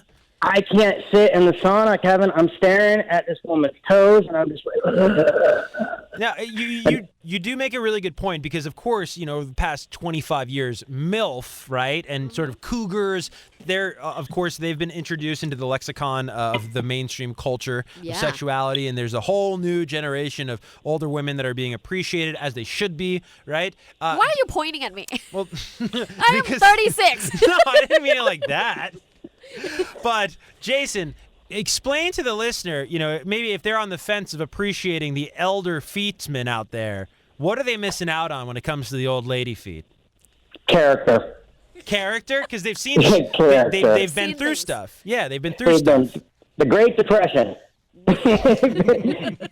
Them feet have seen the world change time and time again. She's got some liver spots. Oh, God, I just won't put that big toe in my mouth. Now, have you ever been with a lady that old? Never, no. Never. So this is all fantasy. All fantasy. I'm in a committed relationship. Imagine this guy's Google search history, man. Mm-hmm. I mean, because he knows a lot about these old ladies' feet, and he just told us he's never even been with an old lady. So he's learned a lot on that computer of his.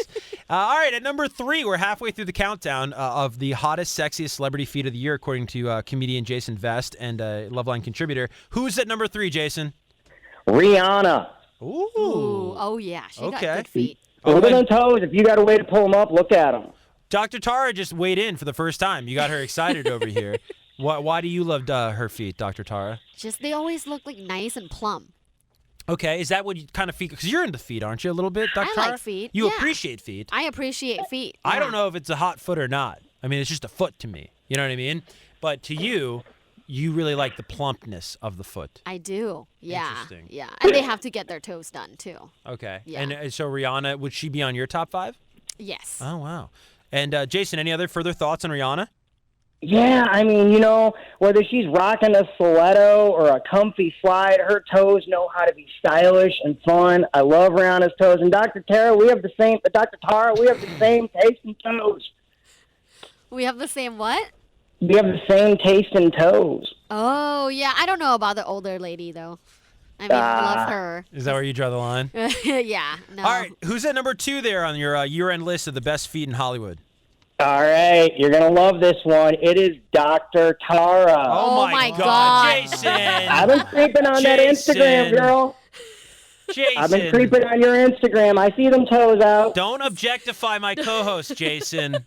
I'm not objectifying, but Dr. Tara hits the 3 T's. Toe length, toenail, and toe structure. Triple T.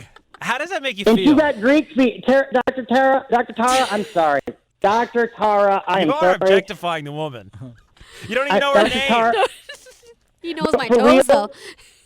Dr. Tara looks like she got Greek feet, which according to Forbes magazine are some of the top earners on the internet. There ain't no way your husband isn't sucking your toes.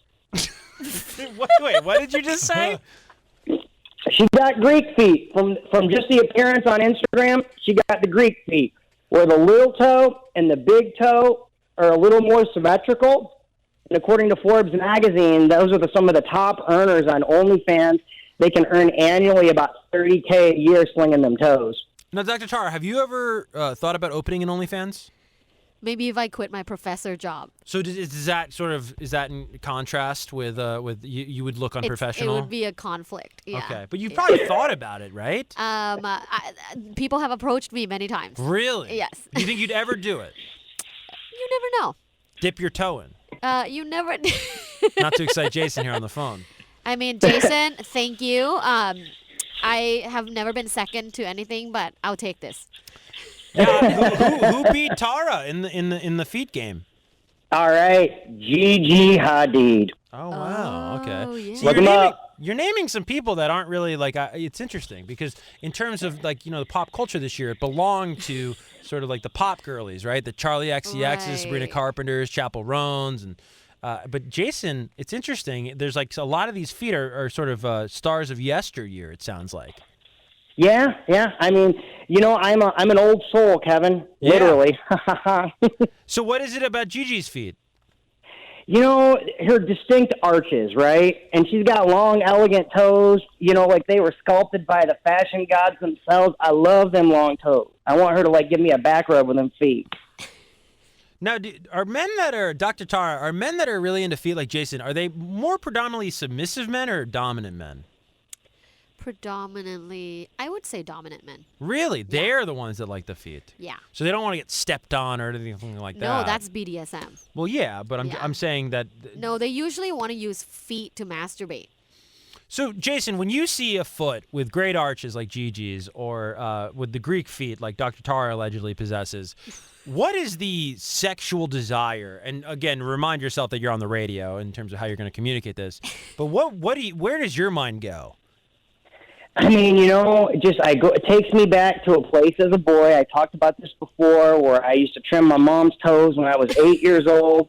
And I remember looking at my mom's toes and appreciating that foot, and it kind of just found what I liked. So when I see a foot, it's like some people are boob people, some people are butt people. I'm a foot person, and I judge people based off their feet. I judge men off their feet. If I see your feet and they're janky and them heels crusty, I judge who you are as a person. Damn. Have you ever lost a friend over it? Like, have you ever excommunicated somebody because of their feet? No, but I've dumped some girls. They got them crooked toes like they lost a damn game of Tetris. You got to go. Well, give us, in closing here, Jason, before we let you go back, and Jason's name on social media well, you've gotten blocked on so many sites, Jason. What's your username these days? On Instagram, I am Poopy McGee.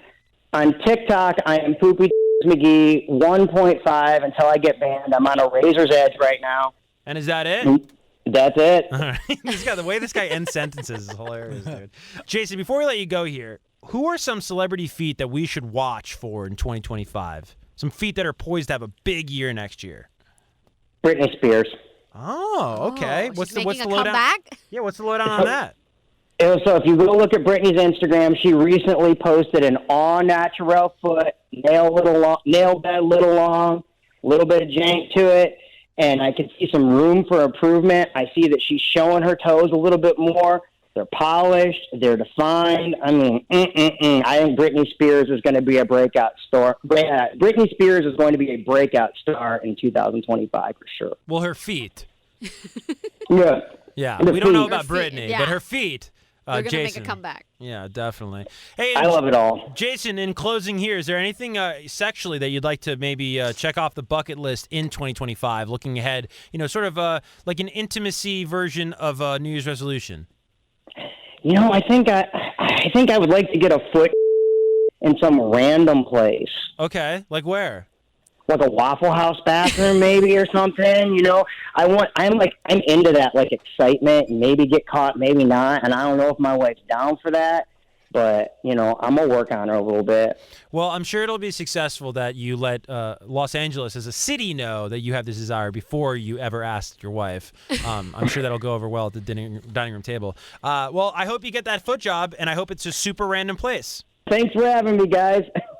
See you, Jason. You're the man. Thanks, Jason. Bye. Stay tuned, guys. Jason Vest, ladies and gentlemen, one of our favorite Loveline contributors and an expert when it comes to feed. Was that flattering? Yes. Or how does that compare to Dr. Tara's DMs on Instagram? Like just these animals that DM you and say this like explicit stuff. I mean, at least, I'm second on the list. So if these people that DM me go, hey, I created a top hottest doctor on Instagram and you're second on my list, then I'll be okay with that. What's the craziest DM you've ever gotten? I probably can't say it online. I Can't say it on here. But try to say it on the air right now. Like translate it into radio speak it'll probably sound pretty creative. So what is the craziest DM that comes? Because one comes to mind. I can clearly tell one comes to mind. That. Use What can you clearly tell? Use synonyms. Use synonyms. Okay. Use code words. Someone DM'd me. When was this? When? Yeah. Sometime this year. Okay. Earlier this year. Okay. Someone DMs me and said that they print out my photos. Uh-huh. And then when they pleasure themselves. Yes. They ejaculate onto the photo. Really? And asking if they could send a photo of that photo to me. Right. What is? Do you know about that? Because I've actually heard of that. Like it's like tributing. Is that what it's called? Yeah. Tributing. It's so bizarre. I mean, I shouldn't say that. I know this is supposed to be like a safe space. No, it's bizarre. It's just out there. It's out there, right? It's out there. If you're doing that, I guess you're not hurting anybody. You know? Right. So more power to you for not hurting anybody. But what is the psychology of that? I think it's the ability to, claim a person that you're attracted to. There's something about men and their desire to claim. Right. Right. Marking men their are always territory. trying to men are always trying to claim, and this is just one of them. They can't claim someone in real life; they just claim it through a photo. Do you think it's the same psychology as the guy in the trench coat that runs through backyards and whips it out and shows people? No, you don't think it is? No, that's someone that likes to exhibit themselves. So that's someone that wants attention. So then why does this guy want to show you your picture covered in his stuff? Probably thinking that I might feel what's a good word for it? That I might feel honored. Huh. Is there any way a fan could approach you on a DM that with the approval of your partner you would entertain? No. No, never. It's No. just a hard no. No. Really? Mm-hmm. So then how do you vet men if you ever do open your relationship from time to time in your monogamous relationship? Mm-hmm. How do you vet those people? What makes you want to have an experience with that man? I like people that are confident and powerful. Okay. And it's not just men, women too. I played with a Brazilian jiu-jitsu female last time we went to a play party, and she was very powerful and very confident. I love the way that Dr. Tara communicates, Muggs. I don't know if you've... It's like a roller coaster because she talks with this cadence where you don't know where the sentence is going. So she'll go, I played with a Brazilian jiu-jitsu female. That's hot. Would you be into that? Would you be into like strong women? Yeah. Yeah. Actually, one time I was at a strip club, and the the dancer who's giving me a lap dance, we were talking about jujitsu, and we went into this whole like. How does that come up? She was Brazilian, and I asked her, Did you assume she was Brazilian? Did she have like a Brazilian flag no, tattoo? she told me she was Brazilian. Okay. So then I They asked, do that. They do like kind of lead with that. You ever hang out with they're strippers? proud. Yeah, but they kind of do lead with like what they are. yeah. Yeah. So I asked her if she did jujitsu, and she says, "Yeah, me and my boyfriend do it." And then we went into all this crazy talk of like what we would do if we were doing jujitsu. Really? Yeah, it was cool. And the boyfriend showed up and kicked his ass. No, I tapped him out in 3 seconds. Can you imagine this guy just like Doing jujitsu or getting no, beat I up? could. I actually could imagine him and doing jujitsu. I wouldn't want to mess with Mug. I used to do jujitsu. Really? Yeah. Yeah, look at all his tattoos. Yeah, man. Well, I was at the doctor's the other day. Jujitsu with my tattoos, but I was at the doctor's the other day, and a female doctor was inspecting me, and she was like, "Oh, are you a rock star?" And I was like, No, she did "What?" not say that. Yeah, she did. That's a lie. I No, swear no, to God. I don't swear believe to God. you. I wound up storming No out. female doctor I is did. asking I you stormed a out. rock This is- star. It's not a good Loveline story, so we'll save it for off air. I stormed out of a doctor's office on Sunday night in Los Angeles. wow. Last Sunday Because you night, took I should offense say. to that question? No, it went downhill from there. That was one of the first things she said Are to me, you a rock dude. star? How dare you you? assume I'm a rock star? I'm a folk singer, man.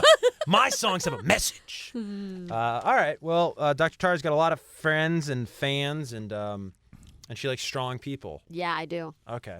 See, I think if you like powerful, confident people, you're probably susceptible to getting involved in a political fiasco. Like, Yeah. I feel like, have you ever played with a politician? Can't say. Okay. Oh, did you sign an NDA? Yeah. Really? Okay. That's how they get down, I heard. Mm-hmm. Okay. I Always. won't get you in trouble, but I've heard that's how they get I down. have signed quite a few NDAs. Hold on, does he Really? dance like this?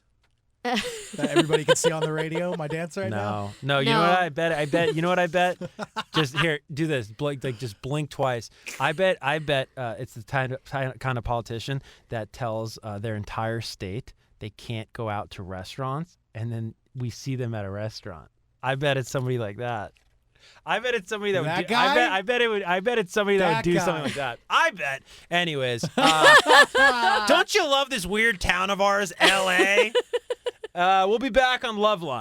KROQ. Back to Loveline with Kevan Kenney and Dr. Tara. It is possible to establish communication instantaneously from any place at any time. 833 LOVE 191. We are back on Loveline. Kevan Kenney, Dr. Tara, producer Muggs, and we got Jack from Bakersfield. Now, what do you know about Bakersfield, Muggs? Before we even welcome Jack on the show, what do you know about Bakersfield? Bakersfield, I believe. Oh, no, that's Barstow, where the First Del Taco's from. Oh, really? Bakersfield, I believe, has. Does it have the tallest thermometer? No. Boom, danima nima, danima nima. Boom, Oh, danima nima. that's where corn is from. That is where corn is from, and corn rules. And Jack is from Bakersfield, and Jack is calling Loveline because, do I have this right? I can't have sex with someone unless I'm messed up. So, Jack, are you there? Yes. So, when you say messed up, what do you exactly mean? And just try to be kind to the FCC license limitations in terms of vernacular that is allowed on this program. I'm a little nervous. Okay. Is this the Dr. Tara? Yes. What? Are you freaking out, Jack? Are you a big fan of Dr. Tara? I'm a little nervous. Now, what makes me nervous about you being nervous is that if I'm interpreting what your problem is correct, you probably suppress anxiety with substance abuse. So just as nervous as you are to be in the presence of greatness, which, I mean, if you're nervous on the phone, imagine how I feel in the studio with greatness in Dr. Tara. But just please don't, do anything bad. Don't shoot up. Don't, binge drink. Just wait a moment and try to process the anxiety. I think this will be good for you, Jack. But in the sense of not being able to have sex unless you're under the influence is how I'm gathering your issue. Where does that date back to? Was your first, your sexual debut, as Dr. Tara likes to teach us to say instead of virginity, was your sexual debut, Jack, under the influence of something? I was messed up my first time. Okay, and what was the mess of choice? Whew, it was Mexico. So it was a little tequila, a little beer. Sometimes they mix the two. Yeah, I believe that's called a bulldog. Is that what it's I think it's a bulldog. If you put like a Corona upset. No, I really think, isn't it a bulldog? You never heard that? No. Senor Frogs? You ever go to Senor Frogs? Oh yeah, new songs, papas and beer. Muggs does not drink alcohol. He doesn't. If there was ever a guy that drank alcohol, if you were in an art class at UCLA and your prompt was to draw a guy that drank alcohol, you would draw Mugs? beer mug. Yeah. Yeah. Anyways, Jack. Well, that's not that bad, man. So that's okay. I mean, I'm not trying to sort of build a tier list of substance abuse, but I mean, he's not doing meth. He's not, you know what I mean? Like he's not doing crack, and then Fair. I can't have sex unless I'm on crack. Well, but it doesn't mean that you should be intoxicated every single time you have sex. Like that indicates a deeper problem for sure. Well, definitely. And I honestly, not to sound like naive or a Boy Scout, I found out somewhat recently in my life that the majority of people are inebriated when they have sex, and I'm typically not. It's like there's this normal. No, you're definitely not normal. It's common, but I mean, the doctor can explain the difference between common and normal, right? Right. Okay, right. so why don't you address that? Because Jack, I think I hear Jack pouring something, so why don't we get to him soon? Common means a lot of people do it. Doesn't mean it's normal or good. So, safe to say,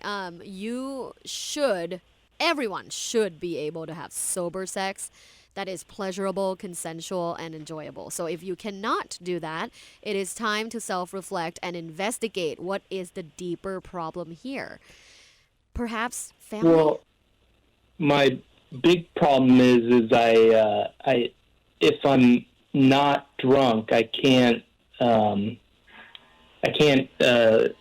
get a boner. An erection? You cannot get an erection. That's funny because when I drink, the I opposite. can't get a boner.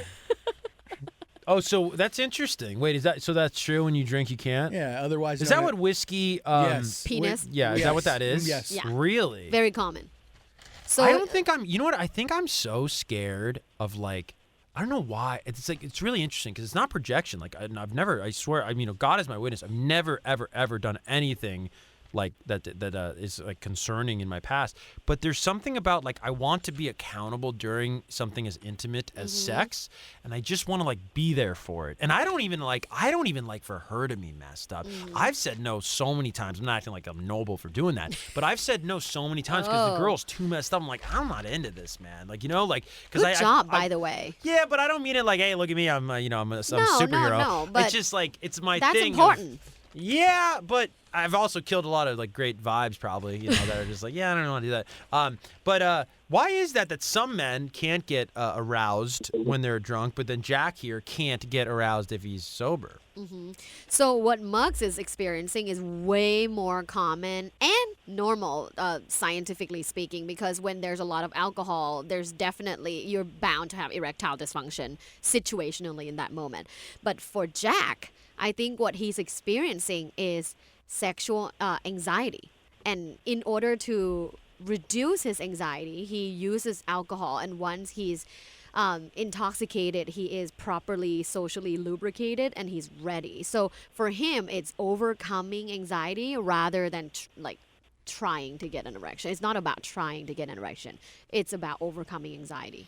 So Jack, of being with a woman. Right. Well, and we assume it's women, right, Jack? Oh, or it I don't could know. be men. I shouldn't even say we assume. Yeah, it's women. it's women. Oh, it's women. Okay. It's only women. Right. Now, do you find this actually across sexual orientation, Dr. Tara? That is this because I think of the stereotype of the guy like Jack. No offense, Jack. I'm saying it in an endearing way. I have friends I would imagine In Bakersfield. Well, not in Bakersfield, but no, I know people like Jack, where it's kind of the guy with the drinking problem, and then he's got to be messed up to have a personality and all that stuff. But do you find that this happens across sexual orientation in terms of is this something that happens in the gay community, in the lesbian community, in the queer community? I would say probably less in the lesbian community. Okay, why do you think that is? I think women are less prone to drinking.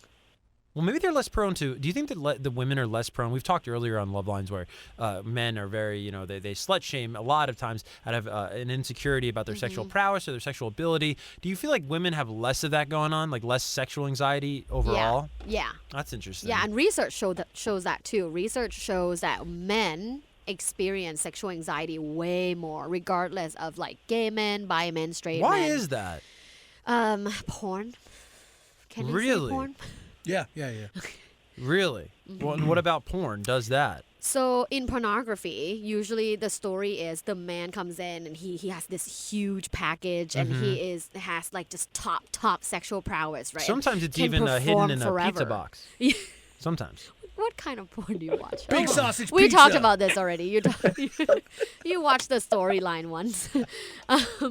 But yeah, men in those porn, they tend to like overperform. They're athletes. They're like sex Olympics athlete, right? So these young men around the world watching porn thinking, oh no, like I'm not a man comparing to this great man in porn. Like what am I going to do? I'm nothing. So there's so much anxiety going into a sexual encounter. Like, oh gosh, like how do I perform the way that I saw on porn? Like, am I going to be desirable? Is she going to think I'm attractive and hot and capable? Like, there's just so much going on for men. So, Does that ever happen when understandably- you watch porn? Like when you watch porn, do you ever compare yourself to the women? No. No? No, I don't. Do you know women that do? Yeah. Some women Okay. do, but I think most women don't. So it's a And matter also, of like... most women don't watch porn. Right. They listen to porn. Yeah, exactly. We've already covered that. Yes. Now, Jack, are you still on the line? Yep, I'm here. All right. And how many drinks deep since we've called you? Don't answer that. 6, 7 shots. Don't answer that. Shots. See, that's how bad it is, and I'm enabling it. Is he's making light of his actual trauma? But Jack, It's not that much.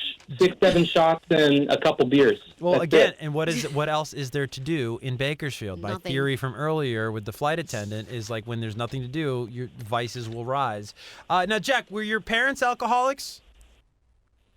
They had a couple drinks a night. Okay. My mom had a bottle or two, and my dad had, I don't know, a 6 or 12 pack. Normal. Okay, so that's obviously not normal, right? I think we are not understanding what normal is. Yeah, right, I don't think so currently. at all. I don't know what the hell's going on in Bakersfield. But for a good time, go there. 12 pack a night. Is Only one 12 pack a night. What'd your dad do for a living, Jack? He was a welder. All right, so I think that's like a common story. It's like a hard job. Jack was probably annoying as heck as a kid. You know what I mean? He's probably the dad probably didn't want anything to do with Jack. And now you, as a son, you probably want to be like the dad, right? There's probably something going on there. And like your first idea of masculinity is this guy who drinks all the time, right, and works hard. And what do you do, Jack? Do you mind sharing what you do? I'm in between jobs right now. Okay. I'm in between jobs. so unemployed. Yeah, but what do you do when you have a job? Or is it just whatever comes your way? I've worked in restaurants before.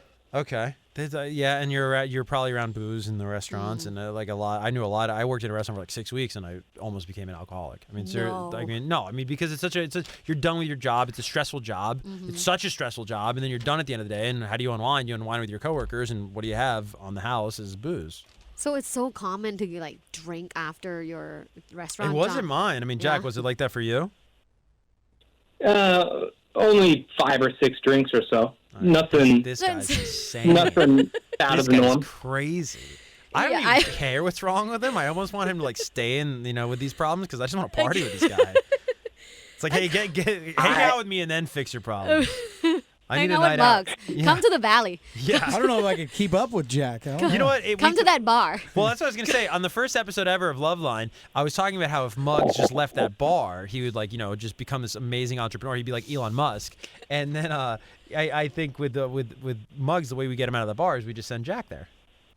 It's like he's like like the Dodgers Muggs, right? Like they'll start the game with like Kershaw or like Flaherty, and then eventually they'll call for the righty, and that's what we could do with you. Is like you could start at the bar, and then before it gets bad, we could call in the reliever, who's Jack from Bakersfield. It's going to get way out of hand before Jack gets there. Oh, look at that. It's going to get way out of hand. gosh. Wild thing. Dun, dun, dun, None dun. of this is going well.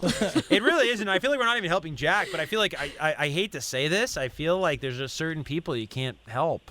You can help. What about like Viagra? No. Can I be honest? We haven't even talked about this on Loveline.